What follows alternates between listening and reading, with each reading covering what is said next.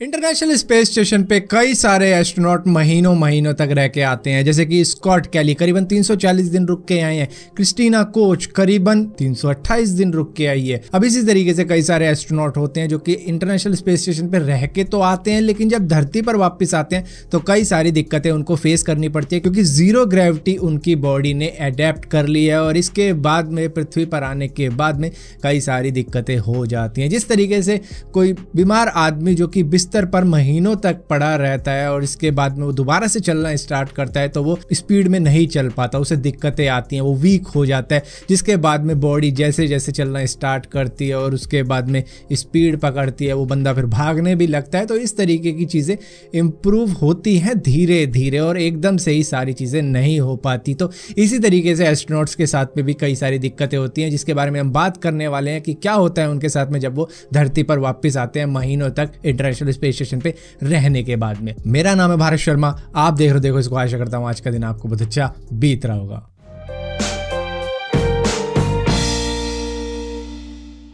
पृथ्वी के ऊपर हर चीज में कुछ ना कुछ वेट है, चाहे आप 1 ग्राम की चीज उठा रहे हो लेकिन वो 1 ग्राम भी कुछ वेट तो है। लेकिन इसी तरीके से अगर आप इंटरनेशनल स्पेस स्टेशन पे वेट उठाते हो जो कि आप धरती पे नहीं उठा सकते, मान लो आप 200 किलो उठा रहे हो, आप उठा नहीं सकते हो ये धरती पर, अगर आप कोई पावर लिफ्टर या बॉडी बिल्डर नहीं हो, लेकिन वहां पर जाकर आप बड़े आराम से एक हाथ से 200 किलो उठा देते हो, जिसकी वजह से अब आपको वेट की आदत नहीं है। तो जिसकी वजह से दिक्कत ये आती है कि जैसे ही वो धरती पर आते हैं उनको अब वेट फील होना चालू हो जाता है। जहां पर वो 5 किलो धरती पर बड़े आराम से उठा देते थे, लेकिन अब वो 5 किलो भी उठाने में उनकी जान से निकल जाती है और मसल पेन करने लगती है, क्योंकि मसल अब उतनी ज़्यादा स्ट्रांग नहीं रही थी जितनी पहले थी जब वो धरती पर रहा करते थे। लेकिन स्पेस में रहने के बाद में उनकी मसल्स श्रिंक हो चुकी हैं, चाहे उन्होंने वहाँ पे वर्कआउट भी किया है खूब सारा, लेकिन अब उनमें उतनी जान नहीं रही जितनी पहले थी, जिसकी वजह से उनको अब वेट भी फील होना चालू हो जाता है और मसल को दोबारा से डेवलप होने में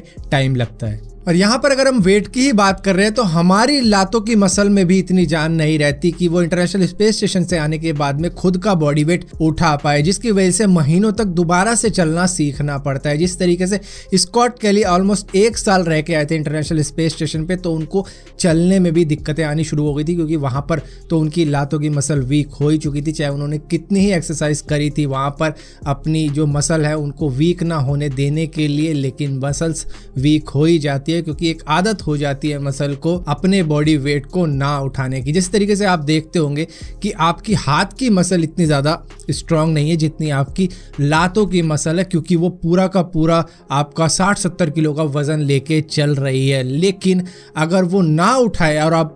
महीनों तक अपनी लातों पे कोई वजन ही ना डालो तो वो श्रिंक हो जाएगी, वीक हो जाएगी, जिस तरीके से कईयों की हो जाती है जो महीनों तक बिस्तर पर पड़ जाते हैं और उनको दोबारा से चलना सीखना पड़ता है। तो इसी तरीके से स्कॉट कैली के साथ में भी हुआ था, इनको भी काफी ज्यादा दिक्कतें हुई थी इंटरनेशनल स्पेस स्टेशन से वापस आने के बाद में चलने में, और काफी टाइम तक इन्हें सीखना पड़ा दोबारा से चलना। इसके बाद में उनको दिक्कत आती है धरती पर सोने में, क्योंकि इंटरनेशनल स्पेस स्टेशन पे वो वर्टिकल सोते थे, खड़े हो जाते थे और अपने स्लीपिंग बैग को चेन से बंद कर लेते थे ताकि वो कहीं भी फ्लोट करते करते चले ना जाए। तो वो इस तरीके से वहां पे सोते थे, लेकिन धरती पर आने के बाद में उनको बिस्तर पे हॉरिजॉन्टली सोना पड़ता है, तो वहां पर उनको थोड़ी बहुत दिक्कत आती है और कई रातों तक तो नींद भी नहीं आती, क्योंकि जिस तरीके से आप कहीं घूमने भी जाते होंगे तो आपको पहली रात तो नींद ही नहीं आती। तो इसी तरीके से इनके साथ भी होता है। यहीं पर अगर खाने की बात की जाए तो इंटरनेशनल स्पेस स्टेशन पे जो भी खाने का आइटम होता है वो बहुत ही ज्यादा लिमिटेड होता है, मतलब उनको ज्यादा वैरायटी नहीं मिलती है खाने में। और इसी के साथ साथ ये पैक्ड फूड भी होता है जो कि हर महीने में भेज दिया जाता है कि भैया ये आप ऐसे खा सकते हो। अब वहाँ पे चाय होगी, पानी होगा या जो भी होगा वो सारी चीजें फ्लोट करती है। तो मान लो कोई एस्ट्रोनॉट ब्रेड खा रहा है तो ब्रेड हवा में ही छोड़ देता है, और उसके बाद में कोई और चीज खा रहा है तो वो भी हवा में ही फ्लोट कर रही होती, तो वो इस तरीके से वहां पर खाते हैं। और क्रिस्टीना कोच की अगर बात की जाए तो वो इंजेक्शन में भरकर चाय पिया करती थी, लेकिन यहाँ पर आने के बाद में कई एस्ट्रोनॉट के साथ में ऐसा हुआ है कि उन्होंने खाते खाते कोई चीज छोड़ दी, क्योंकि उन्हें जीरो ग्रेविटी की आदत हो जाती है। तो यहाँ पर चाय पीते पीते ही हवा में छोड़ दिया करते हैं, कब, जिसके बाद में मालूम चलता है अरे यार यहाँ तो ग्रेविटी का चक्कर है, यहाँ पे चीजें फ्लोट नहीं करती हैं। तो इस तरीके की चीजें भी कई एस्ट्रोनॉट्स के साथ में हुआ करती हैं कि वो अपने कप वप फोड़ देते हैं ये समझ के कि हम जीरो ग्रेविटी में अभी भी। इसके बाद में सबसे बड़ी दिक्कत ये आती है कि आप जैसे ही इंटरनेशनल स्पेस स्टेशन से धरती पर वापस आते हो तो आपके अंदर सूजन आनी चालू हो जाती है, क्योंकि इंटरनेशनल स्पेस स्टेशन पे जो आपके अंदर बॉडी फ्लूइड होता है वो आपके सर की तरफ बहता है। मतलब कि यहाँ पर ग्रेविटी है तो वो जमीन की तरफ जाता है, पांव की तरफ जाता है, जिसकी वजह से आपका दिल ज्यादा काम करता है। लेकिन वहां पर ऐसा नहीं है,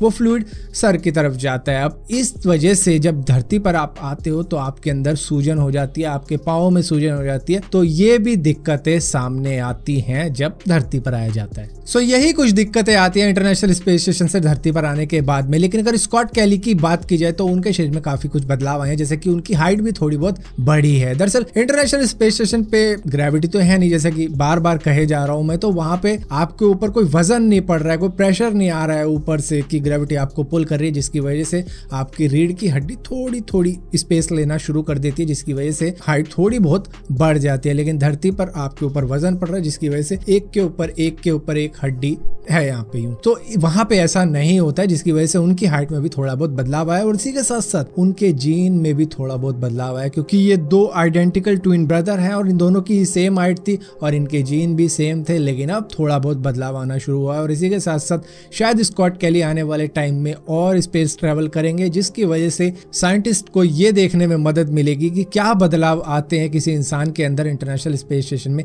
रहने के बाद में। तो उनके भाई रहते हैं जमीन पर, वो रहते हैं इंटरनेशनल स्पेस स्टेशन में, तो बदलाव का सही पता लग पाएगा साइंटिस्ट को। फिलहाल के लिए इस वीडियो के अंदर इतना ही था। अगर ये वीडियो आपको पसंद आती है तो इस वीडियो को लाइक जरूर करना, शेयर जरूर करना और इसी तरीके की और भी वीडियो देखने के लिए चैनल को सब्सक्राइब जरूर करना। और सब्सक्राइब किया तो बेल का आइकॉन जरूर दबाना, वरना आपको मालूम भी नहीं चलेगा कि मैंने कोई वीडियो डाली भी है।